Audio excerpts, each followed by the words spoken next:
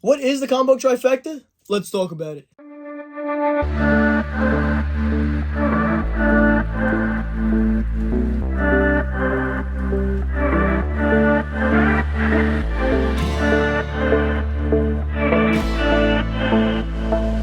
The comic book trifecta for hunting is antique stores, flea markets, and yard sales. You know, comic stores are great. I always advocate going and supporting your LCS. You always find great stuff there. But if you're talking about the hunters are the hunters, the nitty gritty, the getting your hands dirty, it is yard sales, it's flea markets, it's antique stores. And sometimes you can find great stuff, sometimes you find stuff outrageously overpriced. It's hit or miss. Sometimes you don't find anything at all, really. You know, it's super hit or miss. It's all about when you get there. It's all about, you know, it's a game of minutes. The first guy basically to get to it if you're looking for those knock yourself out deals. Now, I've been really lucky in the past, and you know, sometimes I go home relatively empty-handed, nothing crazy. But you know, the first thing I stopped at was the flea market, which I'll get into in a second. But the first thing I'm going to talk about is the antique store sales. I did pick this with the flea market show, so before I put it away. But 3 movies for $2. It's, you know, still sealed. King Kong, Son of King Kong, and Muddy Joe Young classics. I probably have all of them on DVD, but not this release. And I think there's special features. You know, they're not. It's just, it looks really nice. Oh yeah, there's special features. So that's usually what I buy this for, special features, because I've seen a lot of these movies. But at the antique store, I didn't do nothing too crazy. I picked up a Grateful Dead comics by Kitchen Sink. Yeah, that's a tough one to find. I don't see it too often out there. And then I picked up an Amazing Stories. I didn't even see what issue it says. But it's got this awesome cover. And yeah, it's September 42. But I gotta open up and see which issue it is. But for $5, I wasn't gonna leave that there. Yeah, it's a little bit beat up. You can see it's got some wear and tear. But it's also, I love these old like, you know, Amazing Stories covers. They're all great. So for $5, I was like, sure, why the hell not? For a book from 1942. And then I went this one store. It was kind of empty. They were just getting started. And so normally this isn't a book I'd probably pick up for you know, whatever. But here's the 4th print of ASM 583. I never see the 4th print. I usually see more like the 3rds. Is what I see all the time. That's just usually book. Like if I see $1, I'll pick it up, but I usually don't spend any money on it. But I'm just trying to help them out, getting started. Now, if you're not a fan of horror and toys, you're just here for the comics, skip to this time slide here. I'm gonna jump in. I can pick some more movies, some action figures. If you want to check that out, we're gonna get into it right now. Otherwise, go skip ahead. I did pick up a couple of action figures, nothing too crazy. You know, I picked up off a buddy of mine. He gave me this awesome Zilla figure here from the Godzilla 98. And it's the, I forget what they call it. There's a million of these Zilla figures, but I forget which one this one was called. So, but he was cool. And he gave it to me, so it was awesome. And they ended up giving me this guy as well. I think he's a Resident Evil figure, but his chest opens up and the organs, like, fall out, you know. So that's kind of cool. It was just neat. It'll go in the horror closet. He's a cool figure. And so I gave him $5 for this piece. He gave me the Godzilla, and this guy's awesome. I think he's Toys Island. I think they did. Oh no, Universal Studio. I don't know. I'll have to look up who he is right after this. And then one guy had like a bin of figures that he said like $2 or $3 for these two or something like that. So this little Shogun Warrior like parachute figure. He's pretty cool. And then a Murdoch. I don't remember Murdoch having a soft head though. I remember it being a hard head. So I don't know if this is a variant or anything like that of the 18 figure. But we got a great Murdoch figure for I can't remember if it's $2 or $3, but for the $1.50 a piece, sure, why not? You know, and then this awesome Mothra, I believe it's Rebirth of Mothra, for $20.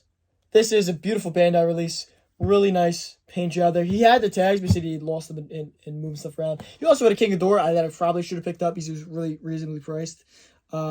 And he's willing to do deals.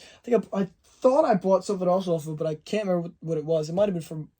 If I see it in here, I'll remember what it is. But it could have been also from my buddy, because I went with a buddy of mine. We were doing deals together. And then I also picked up this one guy had 50-cent movies. So I went a little crazy, but for 50 cents, Eddie go wrong. You know, got the Phantoms.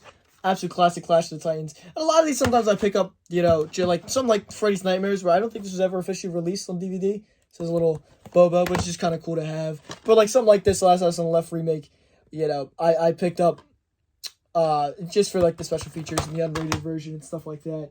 Because a lot of it's like maybe it's a movie review in the future, or I just kind of, as someone who wants to make movies himself, it's stuff like that I kind of like picking up. Stepfather remake, not a great movie, horrible clown movie, but 50 cents. Why not? I've never heard of this one. Leonardo DiCaprio in Shutter Island, so I figured that sounds worth watching.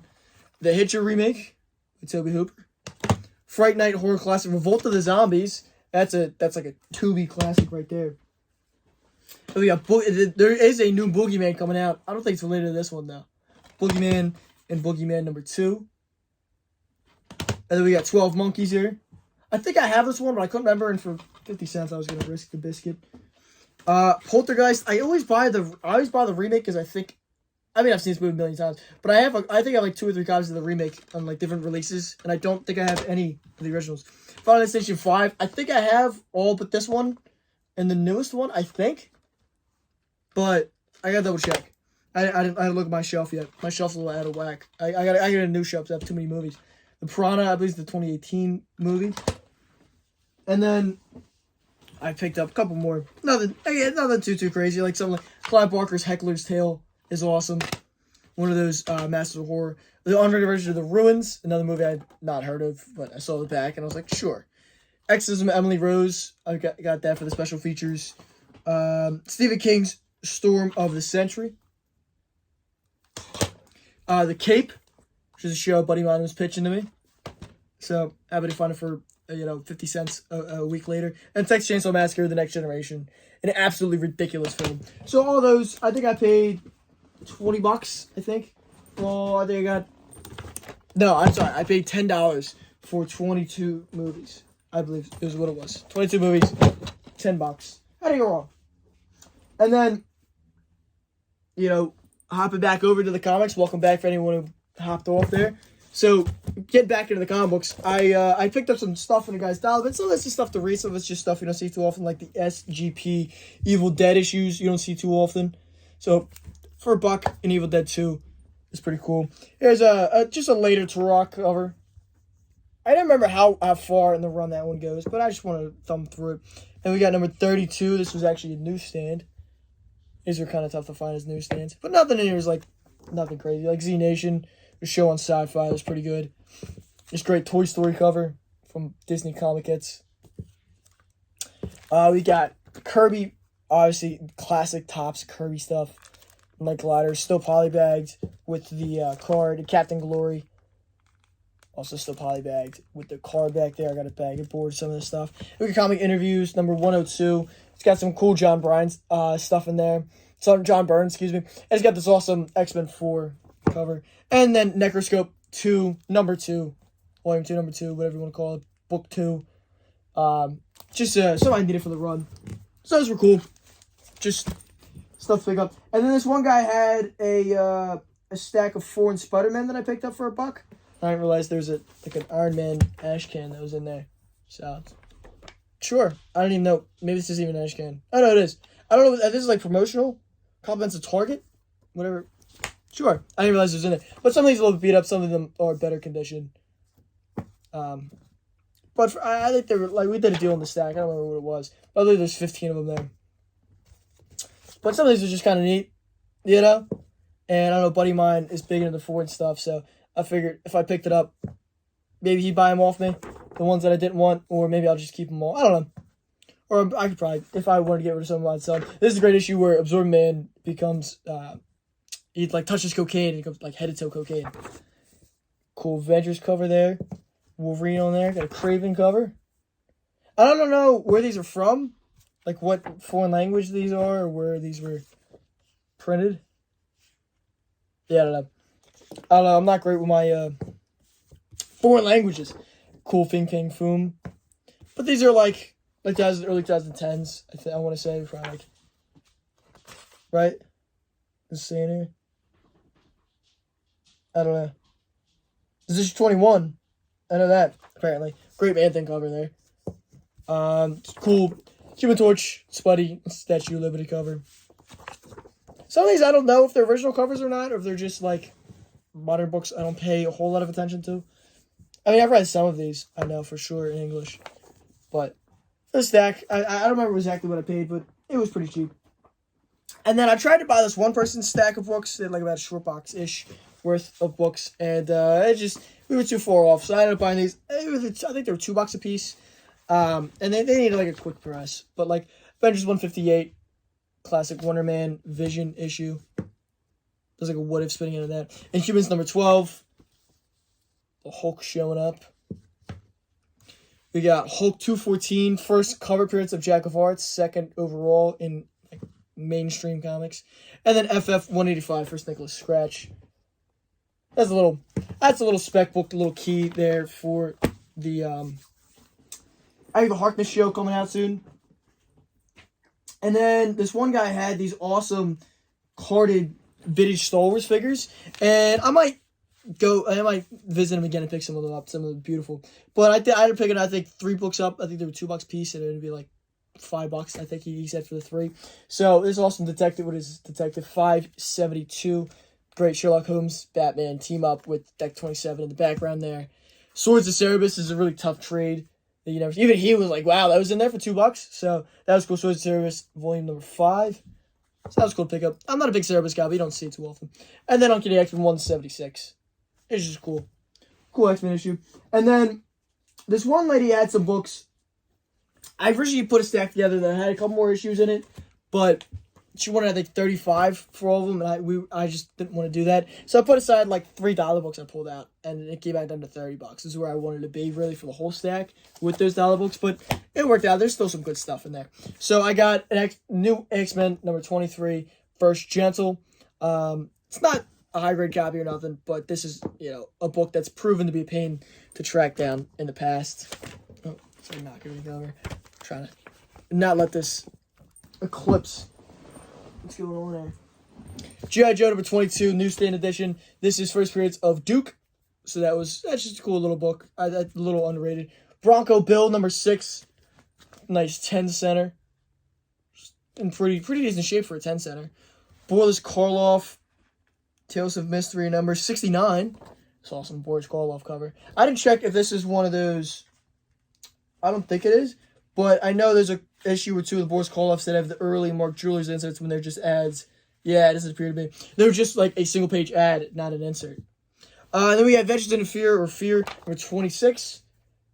Awesome Morbius cover there. And then some Buck Rogers issues from Whitman that I needed for my run. I've been doing really good with the Buck Rogers, especially at the flea markets. I've been doing really good with Buck Rogers recently. And to round it out, I got Ozzy and the Barbs, number 8, another 10 center. It's in pretty decent shape. Sometimes I just like picking up those 40s era books just because it's something different, something to look at. And then this one guy had like some weird like odds and ends books. This is like original artwork in there, but I ended up picking up this awesome Alien book, all like promotional photos, concepts, how it's made, stuff like that. So this is really, I'm gonna thumb through this tonight because it's awesome.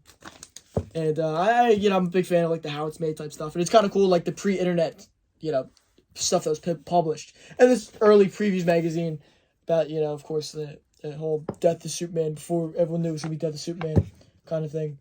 The battle continues, Superman versus ... and we got like Darkseid all beat up to that. It was just kind of neat. It's cool to see the previews magazine years ago, and what that was like.